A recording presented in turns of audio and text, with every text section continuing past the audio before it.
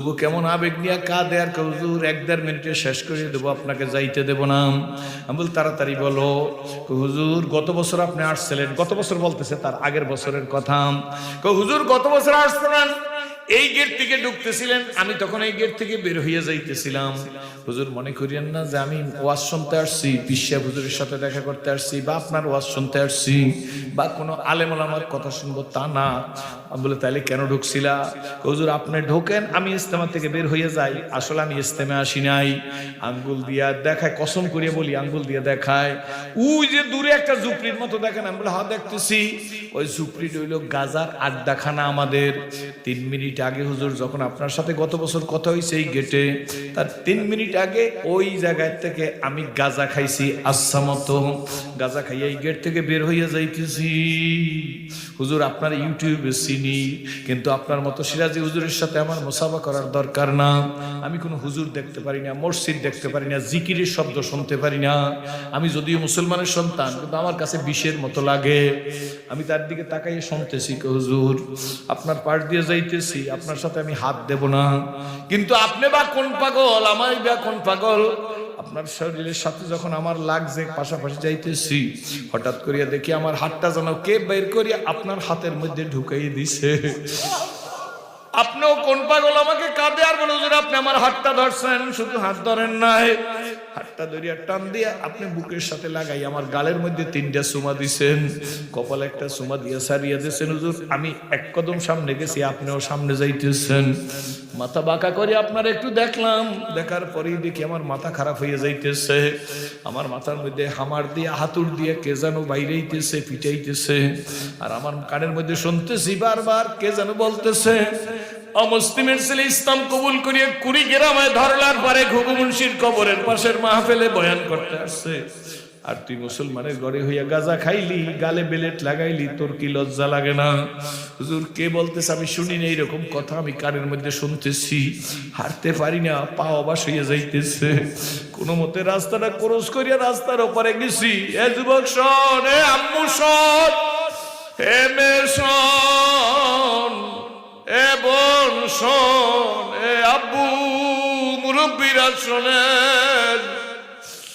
আমার হয়তো বুঝাইবার ক্ষমতা নয়, আপনাদের এলেম দ্বারা আপনারা বুঝে নিবেন। 13 বছর আবু জাহেল নবীর ওয়াজ শুই না, নবীজির ওয়াজ শুই না, কপালে হেদায়েত লাগে না। আর পারস্য থেকে আইসা সালমান ফার্সি নবীজির চেহারা দেখে ইসলাম কবুল করিয়া ফালা। বাবার একটু দিলদার নরম করিয়া দাও।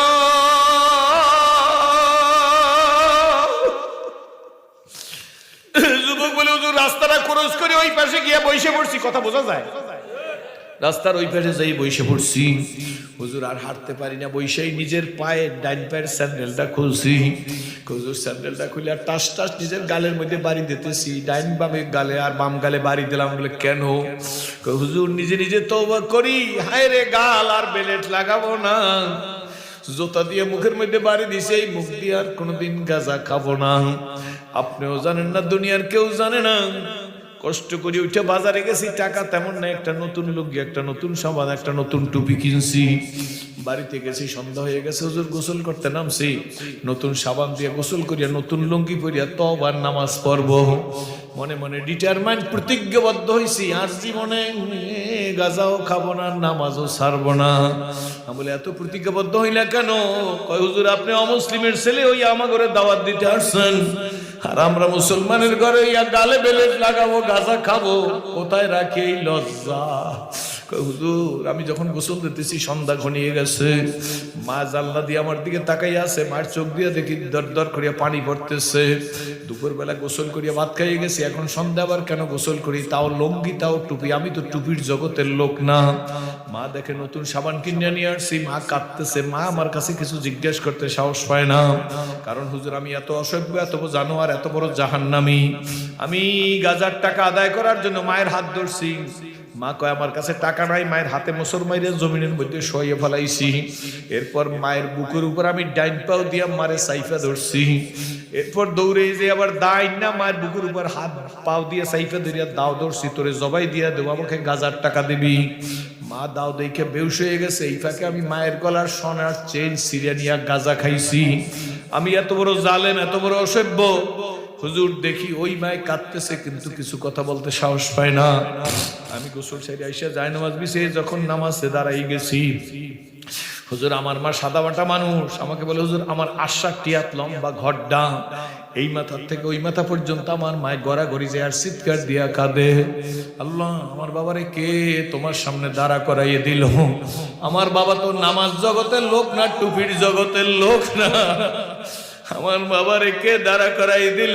হুজুর মায়ের চিৎকার আমি শুনি, কিন্তু আমায় নামাজ ছাড়ি না। হুজুর আমি নামাজ শেষ করিয়া যাইয়াই মায়ের পাও দুইটা খপ করিয়া ধরছি। মায়ের পাও দুইটা জড়াই ধরিকের মা তুমি আমাকে মাফ করিয়া দাও। মা মাথাটা আমার বুকের সাথে লাগাইছে। মায়ের মহব্বত কি জিনিস আমি ওই দিন বুঝছি। হুজুর দৌড়িয়ে যাইয়া মায়ের হাত দিয়া দূর দিয়া দাওয়াই না মায়ের হাতে দিছি। ডাক দিয়ে বলছি, মা গো আমার তোমার নিজের হাতে জবাই দিয়ে দাও। মা কয় কেন কেন সোনামণি, তোরে কেন জবাই দেবো? মা একটু পরে তো আমার প্যারালাইসিস হইবে, আমার পাও লাইগে যাইবে, আমার হাত লাইগে যাইবে। হুজুর মা চিৎকার দিয়া কয় কেন তোর হাত লাগবে, কেন তোর পাও লাগবে? কয় মা আমি তোমাকে পা দিয়ে পাড়াই ধরিয়ে তোমারে দাও দিয়ে জবাই দিয়ে দেওয়ার কথা বলে তোমার গলার স্বর্ণের চেন নিয়ে গেছি। মা গো, ও মা, আমার যে প্যারালাইসিস হইবে তাতে কোনো সন্দেহ নাই। ওই ছেলে বলে, হুজুর মা আমার মাথাটা বুকে লাগাই হাউমাউ করিয়া কাঁদে আর বলে, বাবা তুই বুকে পাড়াতেছ তাতে কি হইছে? তুই তো পেটের মধ্যেও লাথি দিচ্ছিলি।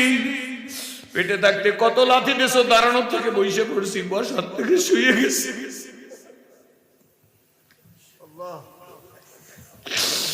ওই যে আপনার গজল বলছে আমারে কাঁদাই দিছে। বাবা বুঝি না, বুঝাইতেও পারি না, অমানুষ হইছি, মানুষ হইতে পারি নাই। যুবক ডাক দেব, হুজুর মা বলে কত লাথি পেটে দিছো, পেট থেকে তো বের করে দি নাই। তুই কেন এইভাবে করো? তোর সব মাপ, কিন্তু বাবা তোরে জিজ্ঞেস করি, আমার মালিকের সামনে তোরে কে দাঁড়া করাইয়া দিল? হুজুর আমি বাম হাত দিয়ে মোবাইলটা বের করি, একটা টিপ দিয়ে আপনার ছবিটা বের করি, বলছি মা দেখে রাখো। বরিশাল বিভাগের জালকাঠি জেলার নলছিরি থানার সিরাজি আমারে মালিকের সামনে দাঁড়া করাই দিছে। আমি তোমারে তার কথা পরে শোনাবো। মা ডাক দিয়ে বলে, কেমনে কেমনে? তখন বললাম, মা আমি গাঁজা খাইয়া গেট থেকে বাইর হই, আর সিরাজি হুজুরে গেট দিয়ে ঢোকে। আমার মতো নসান নগণ্য ফাজির মুখের মধ্যে সিরাজি হুজুরে সুমা দিছে। নিশ্চয়ই সিরাজি হুজুরে গাজার গন্ধ পাইছে। আমি মনে করছি অমুসলিমের ছেলে ইসলাম কবুল করি, আমার গালে সুমা দিল, আমাদের দাওয়াত দিতে ওয়াজ করতে আসলো, আর আমি নামাজ ছাড়বো গাজা খাবো, তা তো হইতেই পারে না। মা আমি তওবা করিয়া ঘরে আসছি, তুমি আমাকে মাফ করিয়া দাও। ছেলে বলে, হুজুর মা আমাকে মাফ করিয়া দিয়েছে, ওই দিন নামাজ ধরছি। হুজুর আজ 1 বছর 1 ওয়াক্ত নামাজ তাকবীরে উলা ছাড়া আদায় করি নাই। আমাকে জড়াই ধরে বলে, হুজুর আপনি আমারে মাফ করছেন। আমি বলি, বেটা তুই তো আমার সাথে কোনো অন্যায় করো না।